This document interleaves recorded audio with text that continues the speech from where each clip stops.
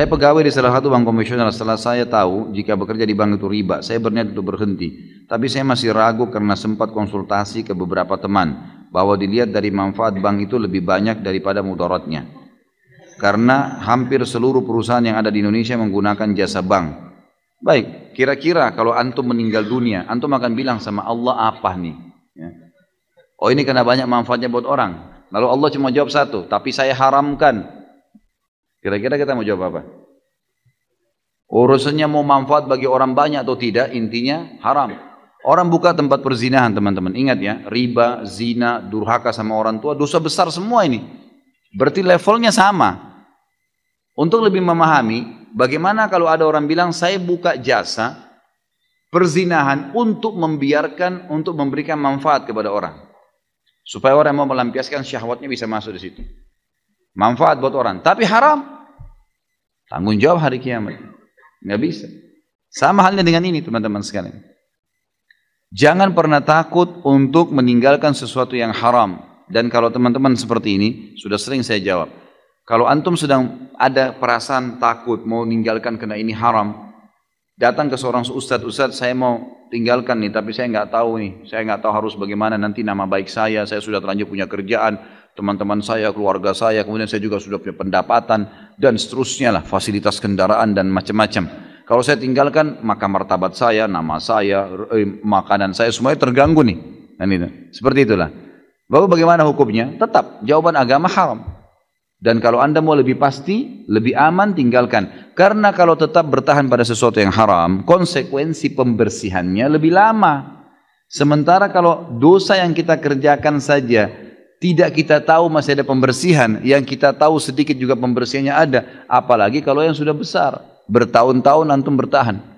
Kemarin saya subhanallah waktu di Pontianak, pas lagi makan, tidak sengaja seorang notaris saudara kita yang mengundang di Pontianak itu, kemudian makan siang di rumah makan Padang.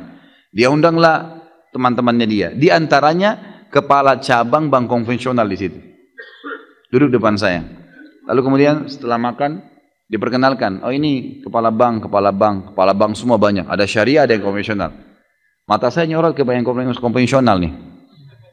Saya tanya, Pak, tidak pengen berhenti ya Pak? Saya tanya gitu. Oh pengen sih Ustaz. Ini ditunjuk temannya notaris, saya nggak usah sebutin namanya. Ini Bapak ini tahu betul saya ingin berhenti. Terus kenapa nggak berhenti Pak? Iya, lagi mengatur strategi. Gitu. Baik, kalau dalam mengatur strategi ini Bapak mati bagaimana? Ini di meja makan nih, saya ngomong gitu. Kalau Bapak mati sementara atur strategi, bagaimana tanggung jawabnya hari kiamat? Dia diam. Coba Bapak pikirin coba. Ingat Pak, prestasi dunia ini hanya akan kita tinggalkan di dunia. Di akhirat, apa yang Bapak lakukan dari kebaikan akan diterima.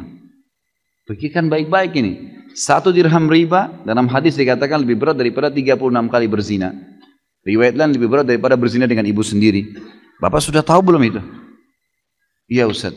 Baik. Apa yang Bapak kira-kira mau lakukan sekarang? Nah, saya tanya gitu. Saya mau tinggalkan. Tapi kira-kira kiat-kiatnya Ustaz. Baik. Langkah pertama, kiat pertama Bapak keluar. Saya bilang. Keluar dulu. Kenapa keluar? Dia kan diam. Saya tanya, Bapak pasti tanya saya, kenapa keluar? Saya bilang iya. Bapak sekarang lagi injak lumpur, penuh lumpur nih semuanya. Lalu bilang, Ustadz bersihin dong. Saya bawa air nih selang. Kalau saya siram sementara Bapak di lumpur, tambah becek. Saya sampaikan hukum, Bapak masih tetap mau kerja di situ, tambah beban tuh. Pulang tambah terfikirkan, tambah ini. Jadi serba susah. Jadi caranya keluar dulu dari lumpur. Keluar di jalan, saya siram tuh. Bersih, keringin bisa lari, gitu kan? Jadi harus keluar, nggak bisa enggak. Bapak harus keluar dulu, gitu kan? Baru bisa jalan, gitu. Dia bilang sebenarnya gini Pak, saya bilang minimal Bapak pindah ke syariah, saya bilang gitu.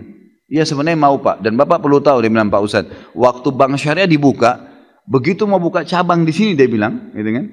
Semua ini yang konven ini mau pindah ke syariah semua. Sampai sekarang dikasih peraturan udah nggak bisa lagi. Jadi ini yang membuat masih tertahan. Baik, kiat pertama dari saya keluar.